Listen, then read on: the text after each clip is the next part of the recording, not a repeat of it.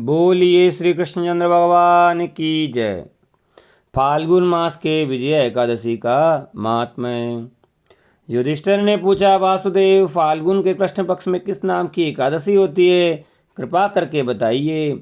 भगवान श्री कृष्ण बोले, युधिष्ठिर, एक बार नारद जी ने कमल के आसन पर विराजमान होने वाले ब्रह्मा जी से प्रश्न किया, सुरश्रेष्ठ, फाल्गुन के कृष्ण पक्ष में जो विजया नाम की एकादशी होती है, कृपया उसका पुण्य का वर्णन कीजिए।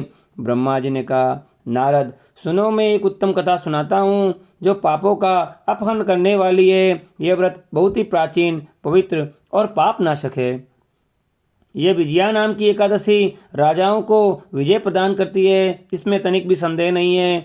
पूर्व काल की बात है, भगवान श्री रामचंद्र जी 14 वर्ष के लिए वनवास में गए और वहाँ पंचवटी में सीता और लक्ष्मण के साथ रहने लगे। वहाँ रहते समय रावण ने चपलतावश विजय आत्मा श्री राम की तपस्विनी पत्नी सीता माँ को हर लिया। उस दुख से श्री राम व्याकुल हो उठे। उस समय सीता जी की खोज करते हुए वे वन में इधर उधर घूमने लगे। कुछ दूर जाने पर उन्हें जटायु जी मिले, जिनकी आयु समाप्त हो चुकी थी। इसके बाद उन्होंने वन के भीतर कबंध नाम राक्षस का वध किया।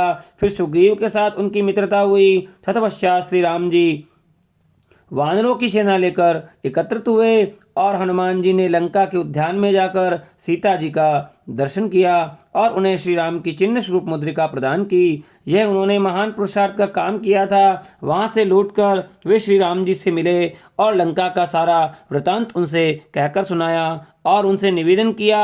हनुमान जी की बात सुनकर श्री राम ने सुग्रीव की अनुमति ले लंका को प्रस्थान करने का विचार किया और समुद्र के किनारे पहुंचकर उन्होंने लक्ष्मण से कहा, सुमित्रा नंदन, किस पुण्य से हम इस समुद्र को पार कर सकते हैं? यह अत्यंत अगाध और भयंकर जल जंतुओं से भरा हुआ है। मुझे ऐसा कोई उपाय नहीं दिखाई देता जिससे इसको सुगमता से पार किया जा सके। लक्ष्मण बोले, महाराज, आप ही आदि देव और पुराण पुरुष पुरुषोत्तम हैं, आपसे क्या छिपा है। यहाँ द्वीप के भीतर बगदालभ्य नामक मुनि रहते हैं। यहाँ से आधे योजन की दूरी पर उनका आश्रम है। रघुनंदन, उन प्राचीन मुनीश्वर के पास जाकर उन्हीं से इसका उपाय पूछना चाहिए।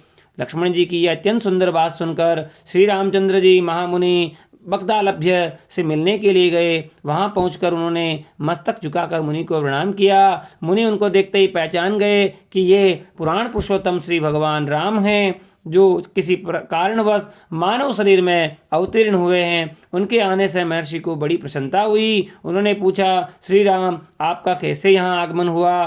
श्री राम जी बोले, ब्रह्मन, आपकी कृपा से राक्षसों सहित लंका को जीतने के लिए सेना के साथ समुद्र के किनारे आया हूँ। मुने, अब जिस प्रकार समुद्र पार किया जा सके वह उपाय मुझे बताइए, मुझ पर उसकी कृपा कीजिए।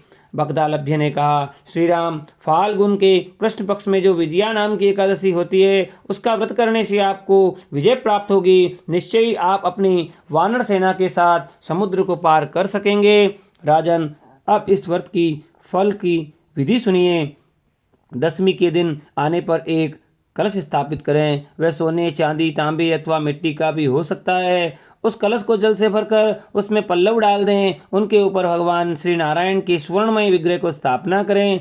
फिर एकादशी के दिन प्रातःकाल स्नान करें। कलश को पुनः स्थिरतापूर्वक स्थापित करें। माला, चंदन, सुपारी, नारियल आदि के द्वारा विशेष रूप से उसका पूजन करें। कलश के ऊपर सप्तधान्य और जौ रखें। गंध, धूप, दीप और भांति भांति के नैवेद्य से उनका पूजन करें। कलश के सामने बैठकर ये सारा दिन उत्तम कथा वार्ता आदि के द्वारा व्यतीत करें और रात्रि में जागरण करें। अखंड व्रत की सिद्धि के लिए घी का दीपक जलाएं। फिर द्वादशी के दिन सूर्योदय होने पर उस कलश को किसी जलाशय के समीप, नदी, झरने, पोखरे, तट पर ले जाकर स्थापित करें और उसकी विधिवत पूजा करके देव प्रतिमाओं सहित उस कलश को वेदवेता ब्राह्मण के लिए दान कर दें। महाराज, कलश के साथ ही और बड़े बड़े दान देने चाहिए। श्री राम जी, आप अपने यूथपतियों के साथ इसी विधि से प्रयत्नपूर्वक विजया एकादशी का व्रत कीजिए। इससे आपकी विजय निश्चित होगी।